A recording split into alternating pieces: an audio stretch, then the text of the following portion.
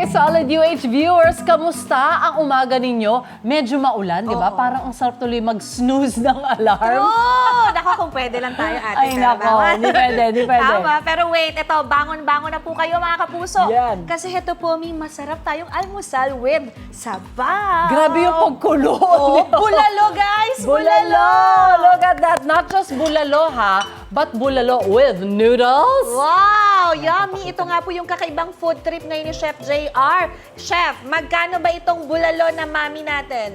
Oh, with noodles. Oo, this is for you. Wow, thank you, ate. Hi, beautiful ladies! Hi, Chef! Yan, Bango!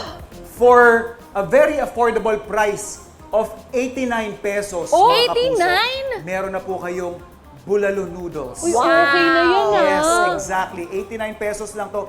Very affordable. Solve na solve ang cravings ninyo. Lalong-lalo Oh my na God, ito na nga, sarap. nag-uumpisa na ang panahon ng tag-ulan. Diba? Ito talaga yung perfect na comfort food pag ganitong medyo lumalamig ang ating panahon. And syempre, very clever nung kombinasyon na to, di ba? Noodles, bulalo, parehong patok na patok talaga sa panlasang Pilipino. Kadalasan, kapag sinabi kasing noodles, usually may isip natin dyan, mami, or parang pares.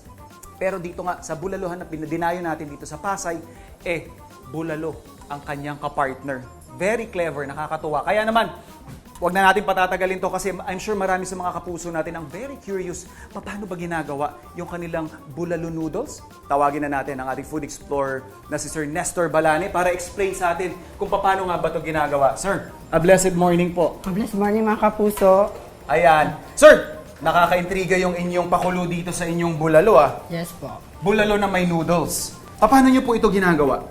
Bali po, ang paggawa ng bulalo po namin, bali pinapakulo po siya ng 2 hours at pagkatapos po niya ng 2 hours ng meat, nilalagay po siya sa steamer. At may mga ingredients po siya nilalagay dyan. Ang nilalagay po namin dyan ay mga patis, leeks, kung ano pa pong. Ayan, tsaka iba't ibang syempre mga aromatics, ika Yes po. nga.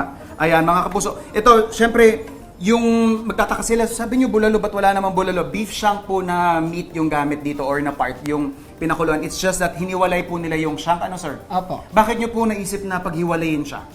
Para po mas, mas kakaiba po at may ibang po siya, yung ingredients. Hindi, tsaka maganda rin kasi yan kapag, para dun din sa makakapag-isip na gawing negosyo ito, kapag ginawa po kasi nating pinakuluan yung bulalo or yung parang shank doon sa sabaw mismo, may tendency siyang matunaw. So, Opo. hindi na siya magandang iserve. Tapos, Sir Nestor, sabi mo, nilalagay nyo sa steamer. Opo. Ito, paano po ang purpose nito? Ano bang, nito? Parang pinaka-logic. Ang nilalagay po dyan yung meat, after 2 hours po papakulo, nilalagay po dyan within 20 minutes yung Ito po. yung lahat po ng ng bone marrow. Ayan. Yung bone marrow po, ito po.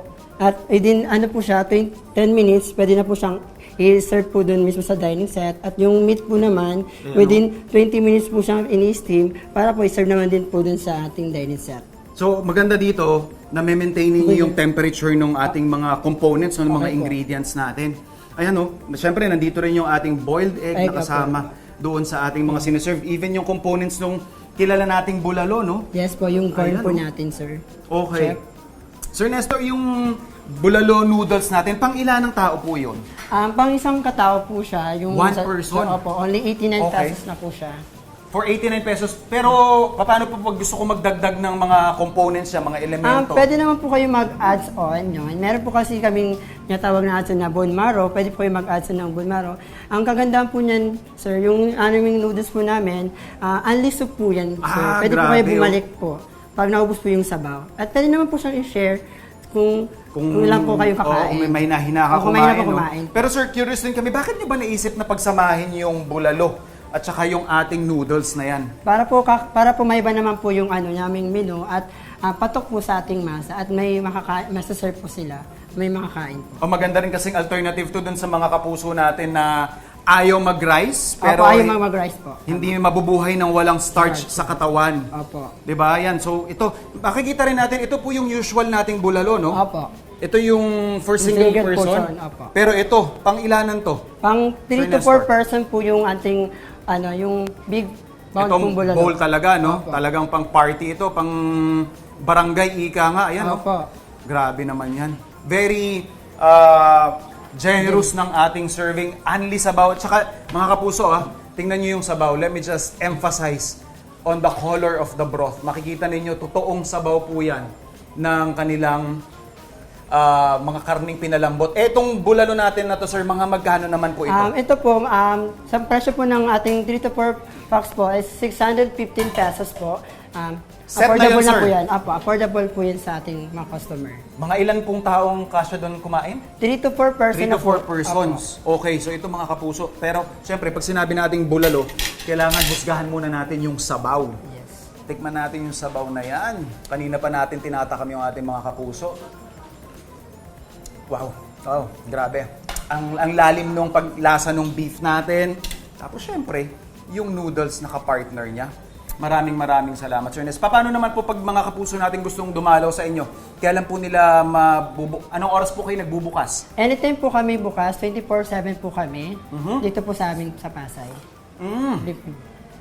Perfect talaga yung combination.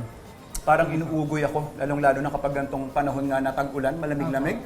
Tamang-tama po talaga yun, sir. Solid na solid. O mga kapuso sa mga mas exciting pang food adventure, ano pa bang asahan nyo? Tumutok sa inyo pambansang morning show kung saan laging una ka, Unang hirit!